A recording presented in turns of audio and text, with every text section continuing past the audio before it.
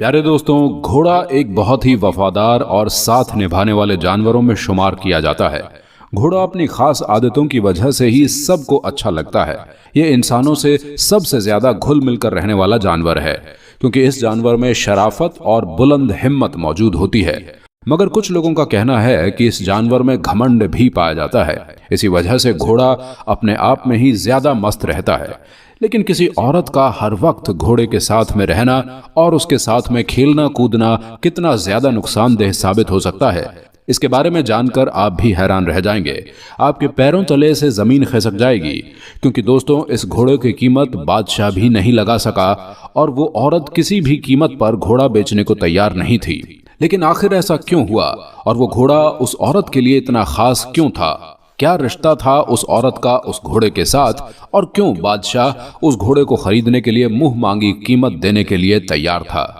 प्यारे दोस्तों, जानेंगे सारी बातें तफसील से। आप हमारे साथ आज की इस वीडियो में आखिर तक बने रहें।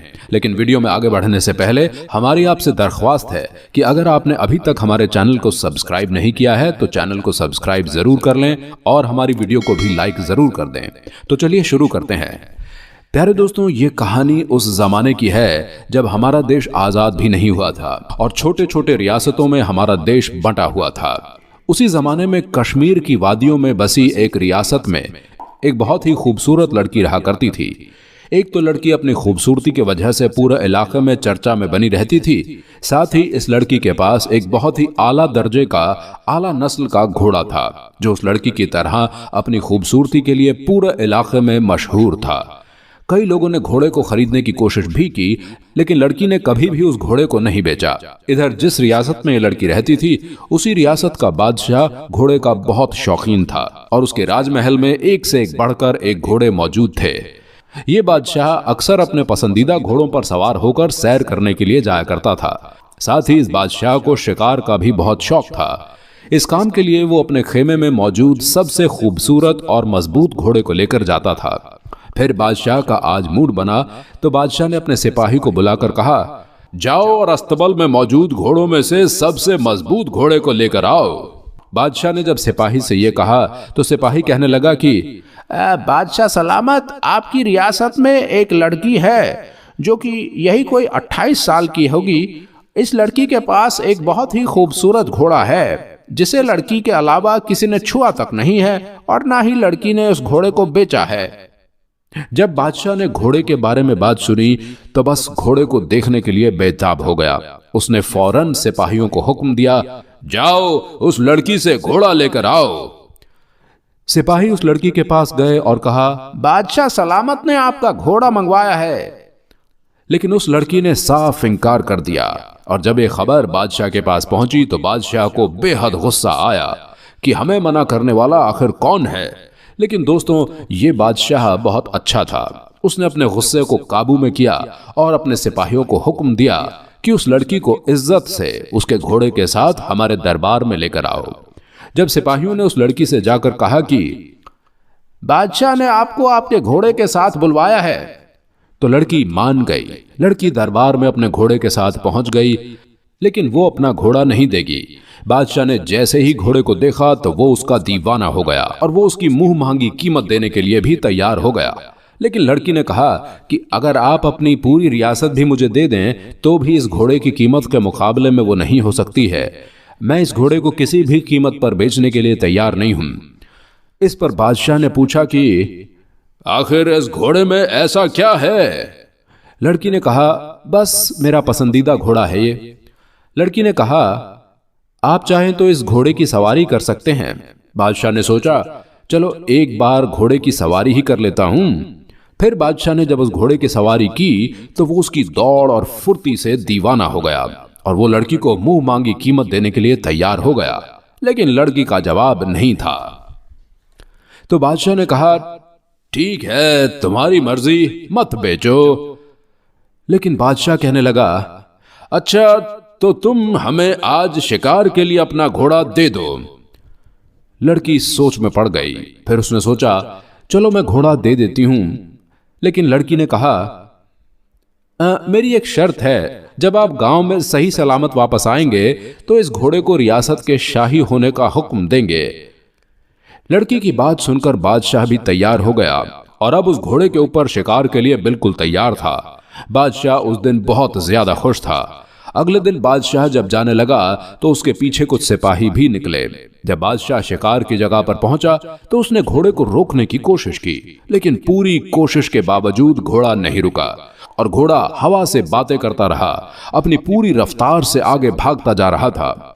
बादशाह के पीछे चल रहे सिपाही घबरा गए और सोच में पड़ गए कि आज से पहले तो बादशाह सलामत, इससे आगे तो कभी गए ही नहीं। आखिर अब इस इलाके में कहां जा रहे हैं? फिर वो बादशाह के पीछे चल दिए और फिर थोड़ी देर चलने के बाद घोड़ा एक ऐसी जगह पर जाकर रुका जहां बहुत सारे फल और नदियां और बहुत खूबसूरत नजारा था, जिसे देखकर बादशाह का दिल खुश हो गया। उसे वहां बहुत अच्छा सुकून मिल रहा था। उसे ऐसा लग रहा था कि इससे अच्छी जिंदगी कहीं हो ही नहीं सकती, क्योंकि दोस्तों वहां का माहौल बहुत ही ज्यादा सुंदर और शांत था, जिसे देखकर मन और दिमाग अपने ही आप शांत हो जाता था। और वहां बादशाह की पसंद के जानवर भी शिकार के लिए मौजूद थे, जिसे देखकर बादशाह और भी ज्यादा खुश हो गया। और बादशाह ने सोचा, ये घोड़ा तो बहुत ही समझदार है, मैंने आज से पहले इससे ज्यादा खूबसूरत जगह कहीं देखी नहीं थी। फिर बादशाह ने वहां खूब शिकार किया और फल खाए और वापस आकर लड़की को उसका घोड़ा देते हुए कहा कि सच में आज से पहले मैंने इतना शानदार घोड़ा नहीं देखा था। इसके बाद एक बार फिर से बादशाह ने लड़की को घोड़ा बेचने के लिए कहा, लेकिन लड़की ने मना कर दिया। तो वादे के मुताबिक बादशाह ने घोड़े को शाही घोड़े का तगमा दे दिया। लेकिन अभी भी बादशाह के दिमाग में ये बात थी, लड़की का घोड़े के साथ इतना लगाव क्यों है? जहां लड़की और घोड़े की तारीफ हो रही थी और जो लोग बादशाह और लड़की से हसरत कर रहे थे, उन्होंने गलत अफवाहें फैलाना शुरू कर दी कि इस लड़की के घोड़े के साथ नाजायज ताल्लुकात हैं। और कई बार हमने खुद लड़की को घोड़े के साथ पहले सुबह जंगल में जाते देखा है। जब ये बात बादशाह के कानों तक पहुंची तो बादशाह के कुछ जासूसों को लड़की के पीछे लगा दिया गया। फिर जासूसों ने वाकई लड़की को सुबह घोड़े पर सवार होकर जाते हुए देखा तो उन लोगों ने कहा, जी हाँ बादशाह सलामत, रोज सुबह घोड़े के साथ जंगल में लड़की जाती है। और सिपाहियों ने बताया कि जब वो आती है तो उसके पास कुछ फल या फिर शिकार किया हुआ जानवर होता है।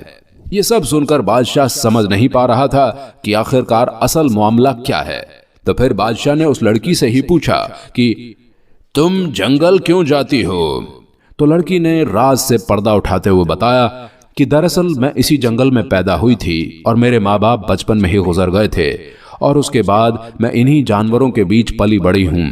ऐसे में मुझे जानवरों से बहुत प्यार था और मैं हर जानवर का ख्याल रखती थी। इसी दौरान जंगल से गुजरते हुए एक बुजुर्ग मुझे ये घोड़ा देकर चले गए और उन्होंने मुझसे कहा, इस घोड़े का ख्याल रखना, ये तुम्हारा ख्याल रखेगा। उसके बाद लड़की ने बताया कि मैं इस घोड़े से इतना प्यार करती थी, इसका इतना ख्याल रखती थी जितना बाकी जानवरों से नहीं करती थी। जैसे जैसे घोड़ा बड़ा होता चला गया, ये मेरा ख्याल रखने लगा और हमेशा की तरह ये मुझे एक ऐसी जगह लेकर जाने लगा जहां से मैं कभी गुजरी ही नहीं थी। मैंने कभी वो जगहें पहले नहीं देखी थी और वहीं से मैं फलों की टोकरी या शिकार किया हुआ जानवर लेकर आती हूँ। फिर उनको बेचकर मैं गुजारा करती हूँ। फिर उसके बाद सब लोगों को समझ में आ गया कि आखिरकार लड़की और घोड़े के बीच में क्या रिश्ता है और ये रिश्ता वफा और मोहब्बत का है। इस कहानी से ये बात समझ में आती है कि आप चाहे भले ही इंसान से मोहब्बत करें तो उससे धोखा मिलने की गुंजाइश तो होती है, लेकिन जब आप एक जानवर से मोहब्बत करेंगे तो आपको कभी भी धोखा नहीं मिलेगा। प्यारे दोस्तों, आज की इस वीडियो में इतना ही। उम्मीद करते हैं आपको आज की हमारी ये वीडियो जरूर पसंद आई होगी। वीडियो पसंद आई हो तो वीडियो को लाइक जरूर करें। इंशाल्लाह मुलाकात होगी बहुत जल्द एक और नए वीडियो के साथ। खुदा हाफिज।